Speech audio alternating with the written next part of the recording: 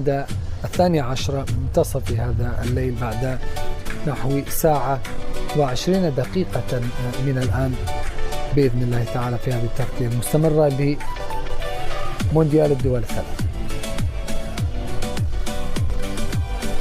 أهلا بكم مرة أخرى. منتخب النرويج إذن بات من المتأهلين إلى دور 16 ليلاقي أكثر المنتخبات تتويجا بلقب كأس العالم المنتخب البرازيلي. ما حدث حتى الآن كابتن يؤكد بأن الفجوة إن كانت موجودة في السابق وكبيرة ربما في الكثير من النسخ والحقب الماضية بين المنتخبات الأفريقية والأوروبية وحتى أمريكا الجنوبية، باتت شبه معدومة أو تضاءلت بشكل كبير. شاهدنا فوز المنتخب المغربي بالأمس على هولندا وأفضلية في كل فترات المباراة. شاهدنا ما حدث مع المغرب قبل ذلك في النسخة الماضية.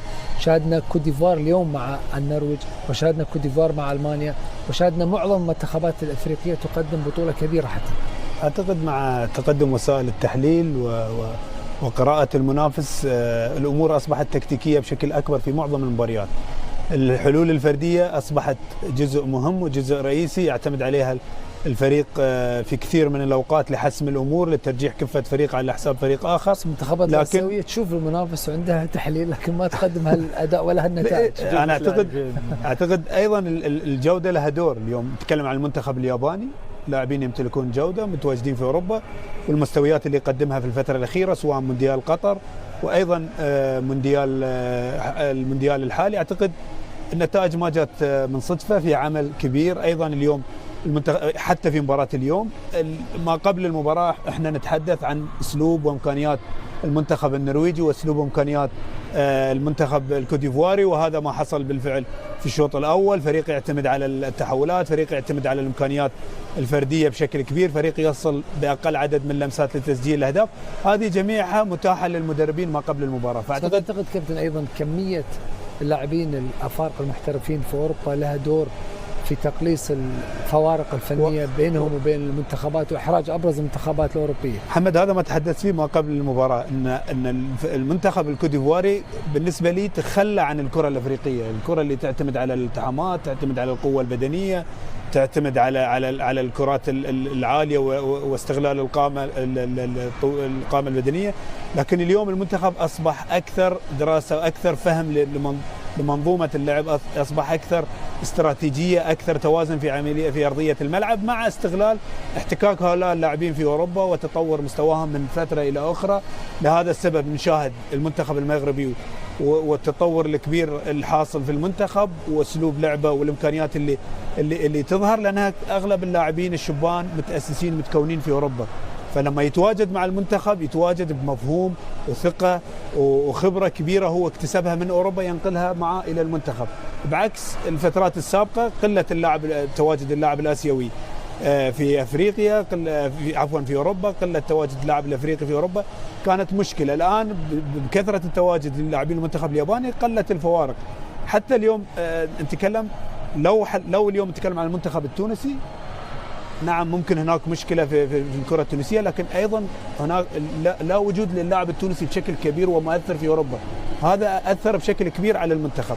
فأعتقد محمد تواجدهم في أوروبا، عالم التحليل، الكرة أصبحت أكثر تعتمد على التكتيك وعلى المنظومة من الحلول الفردية السابقة.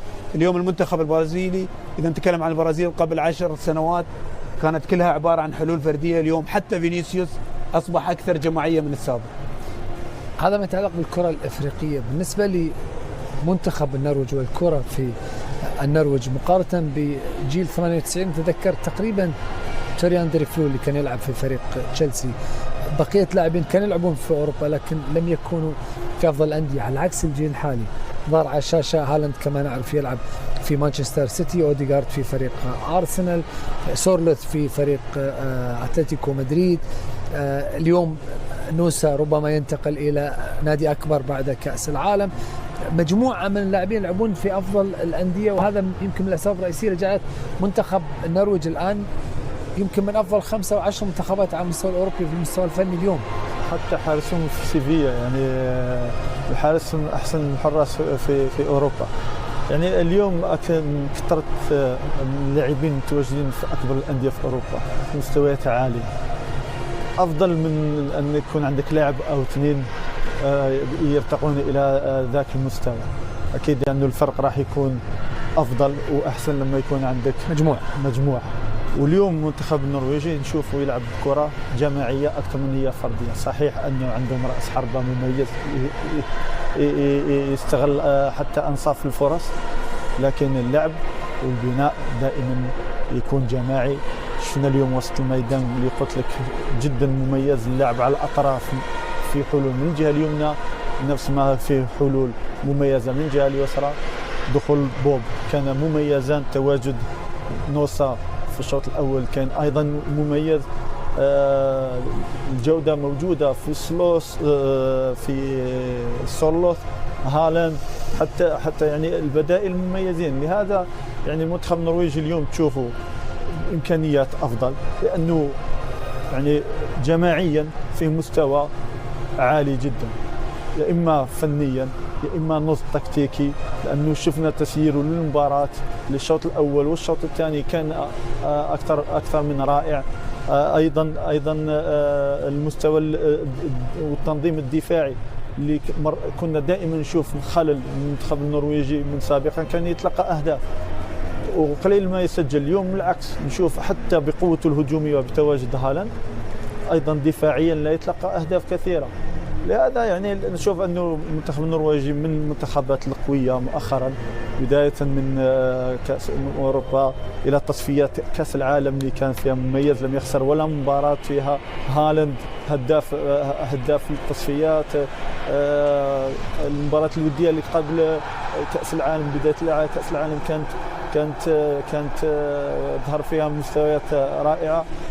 وفي دور المجموعات التأكيد رباعية المباراة الأولى، الفوز على منتخب السنغال اللي يعتبر منتخب قوي، تعادل مع المغرب، فاز على السويد، تعادل مع سويسرا وخسر بهدف فارق امام هولندا 2-1. يعني مباريات قويه مع منتخبات قويه قبل كاس العالم. تقريبا 19 مباراه لم يخسر الا 2 أو 3 مباريات في 19 مباراه الاخيره منتخب النرويجي. يعني استمراريه رهيبه، يعني في تصاعد في المستوى. لهذا الاستقرار، لهذا التواجد، اللعب الجماعي، النضج التكتيكي، الفرديات المميزه دائما ما تعطيك فريق متكامل، فريق منافس اكثر منها. المنتخب الايفواري فيه امكانيات، فيه النشأة، فيه لاعبين جدد شباب التحقوا بالفريق. يعني اشوف المنتخب الايفواري خاصه في افريقيا راح يكون مرعب في السنوات القادمه. كابتن، هذه هي المباراة رقم 20 اللي منتخب النرويج مع منتخب افريقي. خسر فقط مرتين في مباريات ودية، واحدة مع السنغال في 2006، واحدة مع جنوب افريقيا في 2009. دون ذلك لا يخسر مع المنتخبات الافريقية. مع اليوم فاز في 10 مباريات، تعادل في 8. يعني ان لديه القدرة والاسلوب التعامل مع المنتخبات الافريقية. لو تسمح باش نرجع لك شويه للسؤال اللي اعطيته ليونس. ايوه، على المنتخبات الافريقيه. انا بالنسبه لي افريقيا بامكانها باش تقارع المنتخبات العالميه الكبيره. تمام.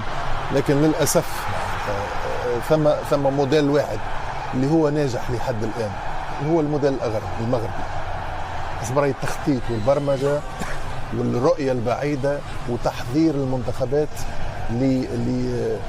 لاستحقاقات بعيدة المدى ليست قريبة المدى. يعني الموضوع مش في عناصر او مواهب، مش في المنتخبات عندها مواهب وعندها عناصر وعندها لاعبين في افضل مستويات. اليوم كي تحكي انت على ساحل العاج كوت ديفوار، تحكي على السنغال، تحكي على نيجيريا اللي ماهيش موجوده، تحكي على الكاميرون اللي ماهيش موجوده، تحكي على غانا. هذه منتخبات على مستوى عالي وعالي جدا، تمتلك لاعبين على مستوى عالي وعالي جدا. اين الخلل؟ شوف الخلل بين الاتحاد المغربي والاتحادات نتاع المنتخبات هذه. دائما تسمع اللي كونوا نيجيريا ثم اضرابات، ثم العديد من المشاكل، تسمع الكاميرون نفس الشيء، تسمع السنغال، تسمع الساحل العاج، تسمع المنتخبات هذه تمتلك لاعبين في نفس الجوده نتاع المنتخب المغربي. بس مشكله تنظيم، اداره، مشكله مكاتب، مش مشكله ملاعب.